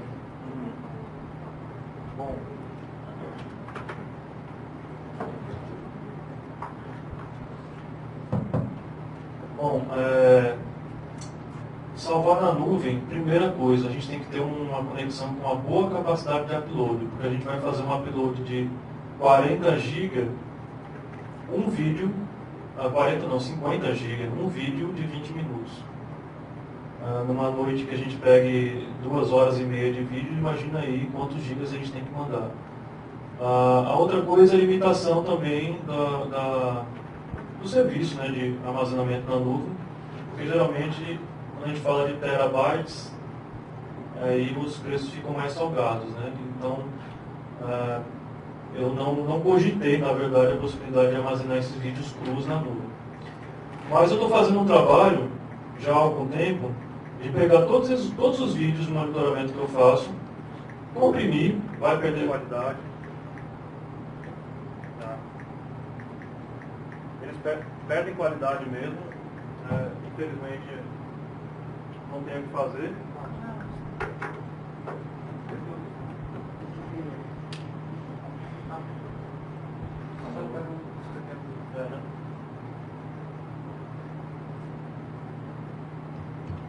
Bom, perdem qualidade, mas a gente consegue. Eles perdem qualidade, mas a gente consegue guardar eles num espaço menor. E esses vídeos eu estou mandando para o YouTube, vai perder mais qualidade ainda. Tá? Mas ali a gente tem um vídeo na íntegra, tá? Com menos qualidade, mas que outra pessoa pode ficar ciente de que a gente estava monitorando aluno naquele período e pode procurar lá, mesmo que precariamente, pelo flash de impacto que ele tenha detectado. Tá? Então, por exemplo, acho que não veio para cá esse ano, mas o Cláudio lá de Maceió, Cláudio Lins, eu acho, ele faz monitoramento visual da lua. Ele já percebeu algumas variações de luminosidade, já percebeu algumas coisas, percebeu alguns flashes algumas vezes. Só que visualmente é muito ruim de você pegar e perceber isso. E só que quando isso acontece, ele não tem com quem confirmar. Tá? Os vídeos disponibilizados na internet, na íntegra, ele poderia ir lá e perceber que um daqueles vídeos gravou o mesmo flash. Então, mesmo que eu não tenha detectado ele nas minhas análises, uma terceira pessoa pode ter visto visualmente, ou pode ter detectado uma gravação, e foi lá e confirmou que ele existia. Aí ele fala: Zurita, você gravou um flash que eu percebi visualmente. Está lá no segundo tal, no teu vídeo tal. E aí eu posso ir lá pegar aquele meu vídeo compactado, tá, e resgatar ele para poder refazer a análise. Tá? Então é uma coisa que eu venho fazendo há algum tempo. Ainda exige bastante, porque compactados os vídeos ficam lá, ao invés de 50 GB, ficam com 2,5 GB. Ainda é muita coisa para a gente fazer um upload. Tá? Mas é o que eu venho fazendo.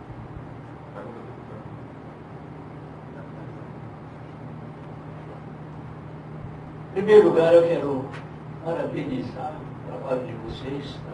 Eu não tinha conhecimento disso. Eu reputo esse trabalho da maior importância, porque a luta estava esquecida a partir do projeto Apolo, né, quando terminou. E de uns tempos para cá, a primeira notícia que eu tive foi de astrônomos amadores alemães registrando esses impactos através de uma revista alemã que eu sei. Então, eu vejo a importância disso muito grande, em razão de que o que está acontecendo na Lua agora que está sendo registrado, pessoal, é da maior importância, porque nós vamos estabelecer bases na Lua. E essas bases, que material que terá que ser feito construído para resistir ao impacto desse meteoroide. Uns anos atrás nós vimos o impacto de um clarão na Lua, que foi mais ou menos calculado o meteoroide em 400 metros. Deu um enorme clarão na Lua. Então, esse material, como é que vai ser feito? Porque nós vamos na Lua, vamos estabelecer base na Lua. Nós temos que estabelecer base na Lua, não para compreender o que é a Lua, estabelecer base, porque nós vamos a Marte. E nós não vamos a Marte sem estabelecer essa base na Lua, para na Lua ser montado um foguete. O foguete da Lua para Marte não pode ser da Terra. Pode ser. Ele vai ser grande, vai ser muito oneroso. Então, da maior importância, eu não sei, você talvez possa me informar, se haja um programa internacional desse monitoramento desses impactos que acontecem na Lua. Porque se não há um monitoramento, vai acontecer. E as agências espaciais vão precisar disso. Porque eles têm que saber como é que vão ser feitas essas bases lá de material. Porque como o impacto de certos meteoros vai danificar uma base dessa. E aí como é que fica? Uma outra questão que você também colocou foi aquela observação de poucos minutos, né, daquela observação que você fez. Eu lembro que na vida de todos nós astrônomos que observamos aos telescópios, há sempre um momento mágico. Alguma coisa que se vê e pouca gente naquele instante está observando o campo. Eu lembro que na ocasião do impacto do Schumacher em Júpiter, nós vimos lá em Piracicaba, eu vi em Piracicaba, uma questão de uns entre 2 e 3 minutos, o impacto do fragmento L na porta do planeta Júpiter. Durou muito pouco tempo, aquele clarão na porta do Júpiter, do planeta Júpiter. Então, a gente sabe disso, nós que observamos os telescópios, nós fazemos vigilância, né, do céu, que há esses momentos mágicos que acontecem que eu lembro que quando eu observei isso, esse clarão lá em Júpiter, na porta do planeta Júpiter, do fragmento L, naquele instante no Observatório Nacional do Rio de Janeiro, havia um astrônomo que também viu. Nós fomos os dois, eu acho que únicos no Brasil que vimos isso, naquele instante. Então eu reputo novamente, você breve, né, a maior importância do estudo desses impactos. Eu acredito que se não tem, vai haver uma solicitação das agências espaciais, principalmente americanas, europeias, né, russas, para o registro desses impactos. É onde nós, astrônomos amadores, poderemos dar uma contribuição muito grande, como demos no projeto Apolo, a observação dos fenômenos transitórios lunares no programa LION. É só isso, obrigado. Pessoal, se eu puder concluir a primeira parte do seu curso, tá? Que a gente vai poder precisar fechar a sala, que já são meio-dia e 20, tá bom? E aí a gente vai deixar a continuidade para amanhã, tá bom? Perfeito. Mas só respondendo, existe um programa na NASA, acho que é o programa Marshall, né? De monitoramento de impactos. Agora, assim, a sensação que eu tive é que está meio abandonado, assim, eu posso estar enganado, mas a sensação que eu tive é que está meio abandonado. A gente mandou um reporte para lá, no impacto, no dia seguinte. A gente detectou no dia 14, no dia 15 a gente mandou o reporte lá para o programa Marshall. Demorou acho que uns 15 dias para a pessoa responsável responder. Tá? Eu não sei se ela estava de férias, enfim. Mas demorou uns 15 dias para ela responder. E demorou quase um ano para esse impacto passar a figurar na lista de impactos registrados lá, né, na NASA. Então, se hoje você for lá e baixar, tem um PDFzinho e tem uma listazinha em HTML. Os impactos registrados na Lua, tem lá, uma linhazinha lá, com o nome do Brasil, tá, registrado no dia 14 de dezembro. Lista qual tipo de telescópio, né? 2017, com o Skywalker 10 milímetros, 130 milímetros.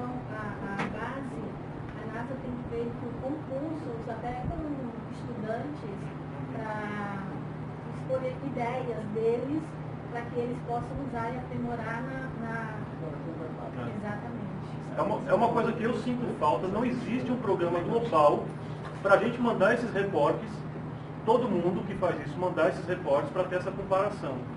Hoje, o que é recomendado é a gente mandar para a seção de transientes lunares, de impactos lunares mesmo, lá da ALPO, né? Da Associação dos Observadores Lunares e Planetários. Então a gente manda lá, tem o Anthony Cook e tem o... como é o nome do outro? Mas é um outro lá também da... Deve ter mais contato com o Cook, né? Porque a gente conversa muito com o Cook, desde esse episódio. Então a gente manda para eles, são pessoas, não é uma instituição, não é uma... E eles mantêm esse controle lá. O Anthony Cook tem o Twitter, que ele fala, um possível impacto foi detectado na Lua na data tal. Quem mais registrou? Alguém viu algo parecido? Se a pessoa não segue o Anthony Cook no Twitter, não fica sabendo. Se não lê o boletim da ALPO, não fica sabendo. Então, eu sinto falta desse tipo de coisa. Não dá para a gente restringir isso ao Brasil. Tá? Se a gente quiser, a gente organiza uma coisa dessa para nível de Brasil. Mas se eu detectar aqui e tiver um cara lá na Alemanha que detectou o mesmo flash, se a gente não se comunicar, fica só candidato a impacto. Então a gente espera que isso se resolva, que acabe recebendo, tendo uma atenção maior das agências espaciais mesmo. Um órgão central de recepção desses dados. Isso. Exatamente. Até para estipular taxas, né? Como é que é a taxa de ocorrência? Tem alguma época que essas ocorrências são maiores? Se tem um padrão. Se tem um padrão. Tem, inclusive, uma das preocupações da NASA é isso. Esse estudo exatamente porque vai levar o homem para ficar lá, né? Construir uma base. E esses impactos são muito poderosos, tá? A gente vai mostrar. Exatamente naquele ponto, tem menos probabilidade. A gente vai mostrar os dados do impacto registrado esse ano, eles são bem Eu lembro, poderosos. quando foi feito um catálogo cronológico dos fenômenos transitórios lunares, feito pela NASA, houve 2 relatos, também é importante dizer isso nesse caso, houve 2 relatos muito importantes, um do ano 1540, e parece que o outro 1547, de pessoas num vilarejo, ver um clarão numa região da Lua. Mas nessa época, a luneta não estava inventada ainda. Então, aquilo que ficou em dúvida há muito tempo, será que viram? Agora está explicado. Foi um bordo, né, um meteoroide grande que caiu na Lua para dar aquele clarão e o pessoal daquela vila vê aquilo, porque não tem outra explicação. Não é isso? Com certeza. Então, amanhã a gente vai falar sobre a parte do software realmente, tá? Vai precisar de muita atenção do pessoal, porque, como eu disse, é um software chato. Tá? Fabuloso Lunar Scan. Todas as dicas a gente vai dar aqui, para facilitar a vida de vocês. Fabuloso Peter Gural.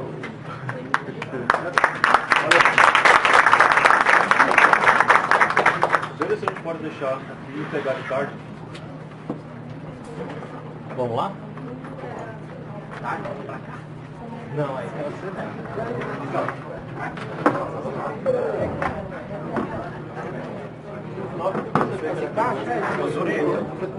Vocês vão disponibilizar esse material? Se eu consigo aprender mexendo. Ótimo. Marcelo. Amanhã é o mesmo horário? Temos que tirar tudo pronto. Pra quem tá apanhando com o Pix Insight, Nossa, Deus do céu. E hoje aquela palestra Pessoal, dá licença. é hoje? Hoje as comunicações elas vão aqui. Eu vou ter que pedir para